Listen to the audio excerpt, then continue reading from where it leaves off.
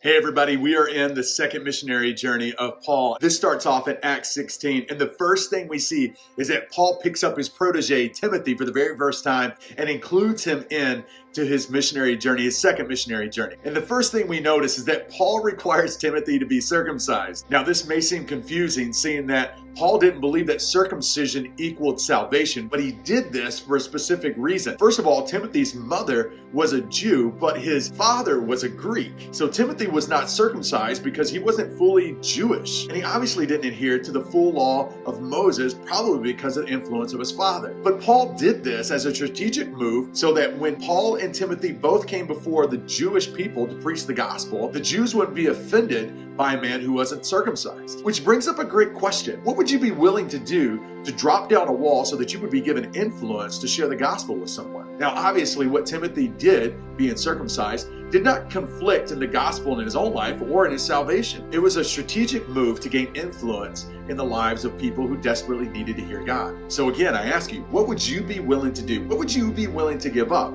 if it meant that you could sit at the table with people who did not know Jesus and give them an opportunity to be born again? Hey, I hope you're having a great day. We would love to have you join us in this reading in Acts all summer. We're in Acts 16. It's Paul's second missionary journey, and he picks up in Acts 16 with Timothy, his protege, and we can't wait to see what God does in the life of Paul.